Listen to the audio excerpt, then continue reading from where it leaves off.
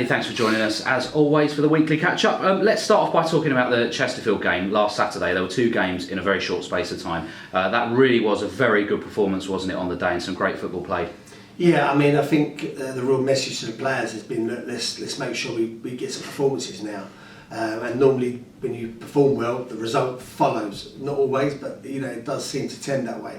I think real pleasing for me, I've been saying for a few weeks that sooner or later we are going to score some goals past someone. We've been creating a lot of chances in most of the games, and I felt Saturday we really created the chances and finished them. So yeah, I was really delighted in one breath to be 3-0 up, and then we switch off a couple of moments which you can't do against a top team, and they punished us, and then we made a bit of a game of it. But overall, I was delighted with the performance that we gave on Saturday.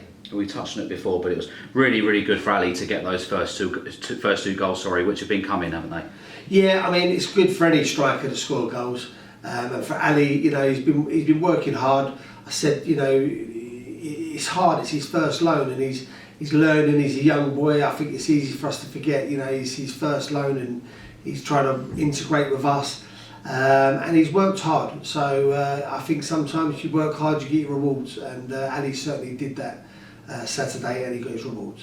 And then moving on to Monday, as we say, two games in a very short space of time. He made 7 changes to the team, and despite the scoreline, it probably was quite flattering for Solihull. Yeah, I mean, I made the changes for the reason, I think it's very important that people understand we couldn't make the playoffs, sadly. So it's about getting all minutes into the team now, and then giving myself as many players to select from that are up to speed, ready for the game against Wrexham. So that was why I made the 7 changes, and I didn't know if that was obvious or not, or people may be thinking I'm just tinkering or something. That wasn't the case. It was about getting everyone their minutes, and I'll continue to do that. Going forward into the Wrexham. So then, when it comes to the week of the Wrexham game, we've got everyone to choose from that's fit. The scoreline was a little bit flattering for Solihull. I didn't think we played that bad in patches. We made a couple of little errors and they punished us for us, and with their strike force, you're going to expect that. But it was good. It told me a few things, and I learned a little bit from that game, which I probably wouldn't have done if I'd have been sort of playing the same team, going for the result. So that was a good exercise, although losing 3-0 is never nice, and losing any football match is not what I want to do. One player that you brought in recently that really seems to have grown into his role and really flourished is James Benson. How pleased are you with his progress so far? Yeah, James is a really nice footballer. I mean, I know how much everyone thinks of Billy Bingham at this football club, and James is almost like a mini-me of Billy. So James is really, slotted in well. The bit I like about James, he always wants the ball. And I like his professionalism, what people might not see around the place. He's a professional footballer, and a really good one at that, with how he acts, conducts himself and prepares for football matches.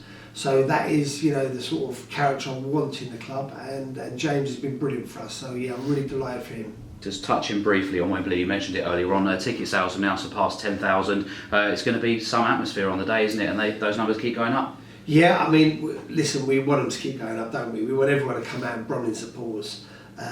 We know it's tough, and things are expensive and that, and there's probably a lot more things people might want to spend their money on. But for them to come out and support us will be, been brilliant for the team, brilliant for us, and brilliant for the community of Bromley. So we want to make sure we go there and we're well supported. And then up to now, I can't thank people enough. I was in London the other day, and a taxi driver drove past and shouted out, "Come on Bromley," which was lovely, and I've got a lot of that, and that's really really been nice for me and for the players.